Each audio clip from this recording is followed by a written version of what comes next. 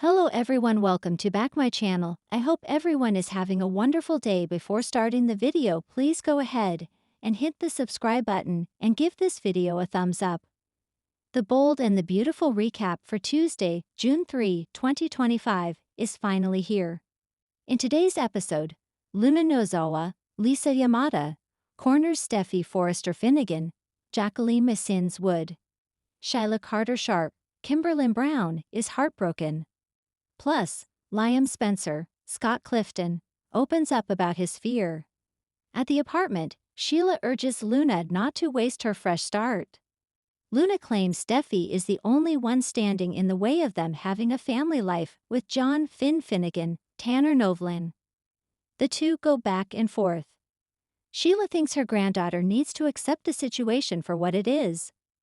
The reformed villain brings up her grandson, Hayes Forrester, Alexander and Chase Banks. Luna says she couldn't hold her grandson again because of Steffi.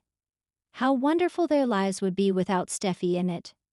Sheila says she's proving herself a little bit each day.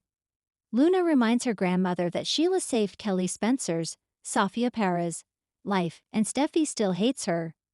The young woman says they are both set up to fail. Steffi threatens them and everyone they love, so they need to eliminate that threat. Sheila explodes. The reformed villain orders Luna never to speak anything about Finn's wife ever again.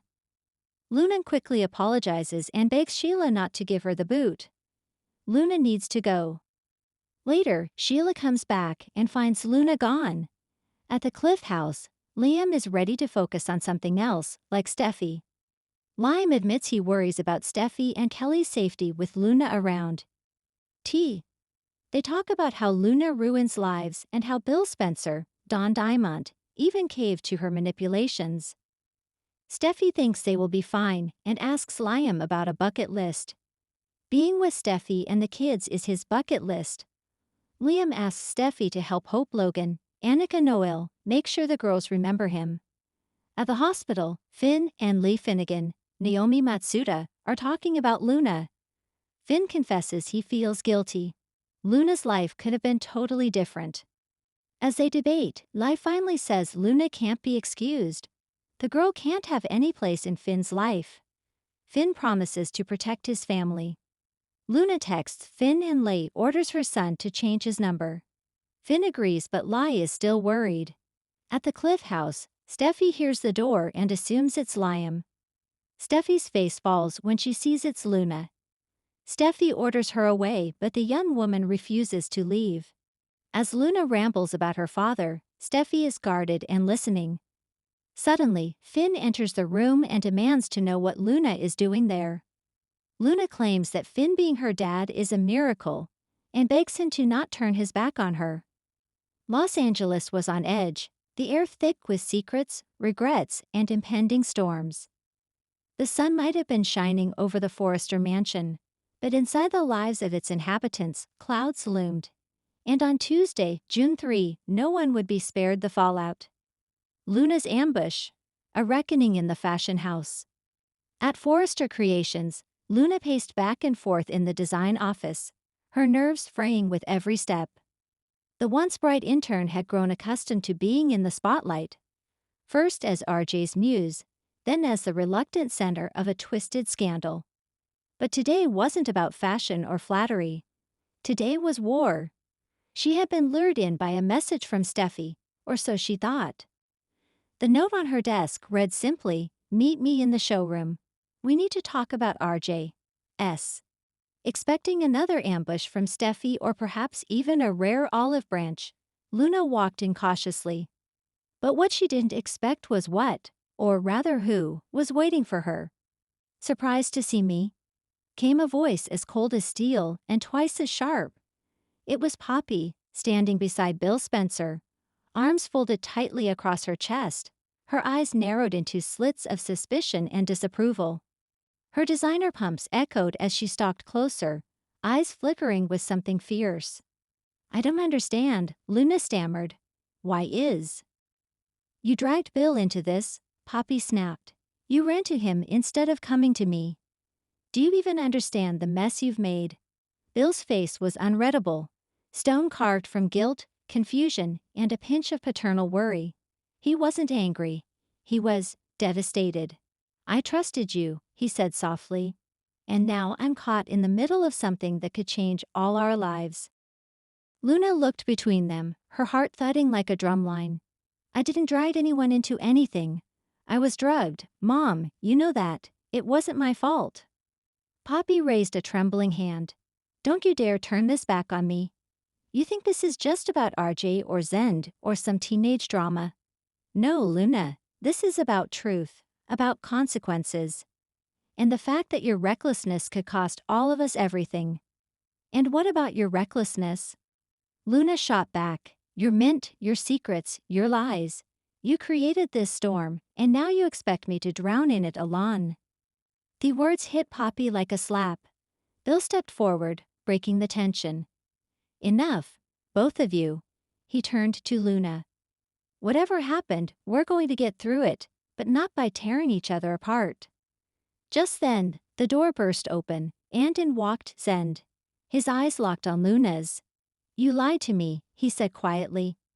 "You looked me in the eye and told me you loved me, and all along you were trying to rewrite what happened that night." "I don't remember what happened that night," Luna said with quivering lips. "That's the whole point." Poppy's shoulders slumped. "It's not just about that night anymore. It's about what you've set in motion." As the confrontation escalated, the fashion house felt less like a temple of beauty and more like a battlefield. Sheila's heartbreak, the mother of all regrets. Across town, Sheila Carter sat alone at Il Giardino. Not the patio, not a private table, but at the bar. The kind of place where lost souls gathered to forget. Her hands trembled as she stirred her untouched martini. She hadn't touched a drink in months. Not since she clawed her way out of prison and into some semblance of domesticity with Deacon. But now she was on the brink.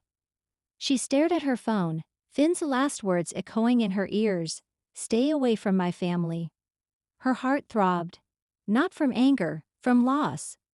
The kind only a mother who's watched her child walk away can know. Deacon appeared at her side, sliding onto the stool next to her with a frown. "You're not doing this again, Sheila." She looked up, eyes rimmed red. "I'm not drinking, just remembering." He glanced at the untouched glass. "Memories won't help you, especially not the kind you've got." She chuckled bitterly. "You know what the worst part is, Deacon? I was starting to believe I could change, that I had changed, but it doesn't matter what I do. To Finn, I'm still the monster under the bed." Deacon took her hand. "You're more than your past. To you maybe, but to Finn? I'm the woman who shot his wife, who ruined his wedding, who left a trail of blood across 3 decades. He squeezed her hand. "Maybe you can't erase the past, but you can still write a better future." Sheila looked out the window, as if she could see her son from afar. "I just wanted to be his mother again." "And maybe you will," Deacon said gently. "But not by pushing." She nodded slowly, but the pain didn't vanish. It dug deeper, a mother's heartbreak, carved in silence. Liam's fear, the echo of a nightmare. Meanwhile, at the Spencer estate, Liam stood at the window, clutching a photo of Kelly in one hand and a report folder in the other. The quiet hum of the ocean beyond did nothing to calm the storm in his chest. He had read the file 3 times already, a confidential update on a neurological scan, something he'd agreed to after his recent blackouts. What started as simple stress headaches had turned into terrifying gaps in memory. "Liam?" came Hope's voice behind him. She stepped into the room, brows knit in concern. "You didn't show up for your appointment with Dr. Snyder. I called the office." He turned slowly, a shadow in his own skin. "I couldn't go." "Why?" she whispered, her eyes falling on the folder. "What is it to?" Liam hesitated. "They found something." Her knees weakened as she moved to the couch. "Something? Serious?" "They don't know yet. Could be pressure. Could be neurological misfiring. Could be early signs of something degenerative." Hope covered her mouth. "Oh my God." "I've been having dreams, Hope," he said hoarsely. "Dreams where I hurt people. where I push Steffi, where I scream at Kelly, and I wake up and can't remember if it was real. She reached for him, but he stepped back.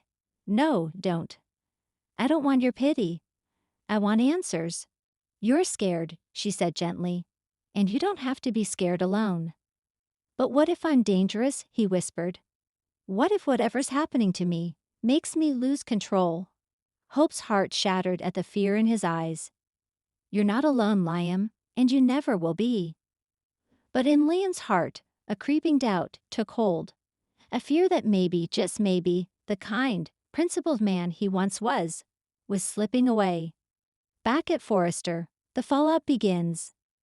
Later that afternoon, chaos continued to ripple across the Forrester halls. Steffi, fresh from a board meeting, stormed into the design office, only to find the mess she had unwittingly created. You set her up, she said to Poppy. That message didn't come from me. Poppy blinked. Then who? All eyes turned toward Zend, who raised a brow. I left the message. Luna needed to face the truth. Steffi growled. That's not your call, Zend. I've told you, I'm handling it. You ambushed her. She lied to me, Zend snapped. And now she's hiding behind, not remembering. Please. You're upset. But that doesn't give you the right to trap her like this. Across the room, Luna stood silent, eyes burning. Bill interjected. No more games. No more traps. This ends today. But as the room swirled with tension, Luna took a breath and dropped the bomb no one expected. I'm resigning. Poppy's head whipped around. What? I'm resigning from Forrester Creations, Luna repeated. You all want me gone. Fine, I'll go, but not because I'm guilty, because I'm tired. Archie stepped in from the doorway, clearly having overheard. You don't get to just run. I'm not running, Luna said. I'm surviving. As she walked out, the room fell into stunned silence. Only Archie followed, calling her name. Closing montage. Everyone's crossroads. As the episode wound to a close, the screen split into multiple windows, showing each of our key players at their breaking point. Luna, alone at the beach, screaming into the wind, finally letting her pain out. Sheila, back at Deacon's apartment, holding a baby photo of Finn, tears slipping down her cheeks. Liam at the doctor's office at last, steeling himself for whatever diagnosis awaited him. Steffi watching a news alert about a potential Forrester PR scandal brewing due to internal leaks. RJ, pacing, torn between love and loyalty. Sandy, alone at a drafting table, tears falling silently on a sketch of a wedding dress he once imagined Luna would wear. Final scene, a twist unfolds. And just as the episode faded to black, a mysterious figure opened a hidden drawer at Forrester Creations and pulled out a USB drive labeled Security Footage, February 14. A smirk formed on their lips. Luna may have walked out, but someone had just found the key to everything. Thanks for watching this video, and please subscribe our Bold and BAUTFAVUL UPDAT YouTube channel for more update news.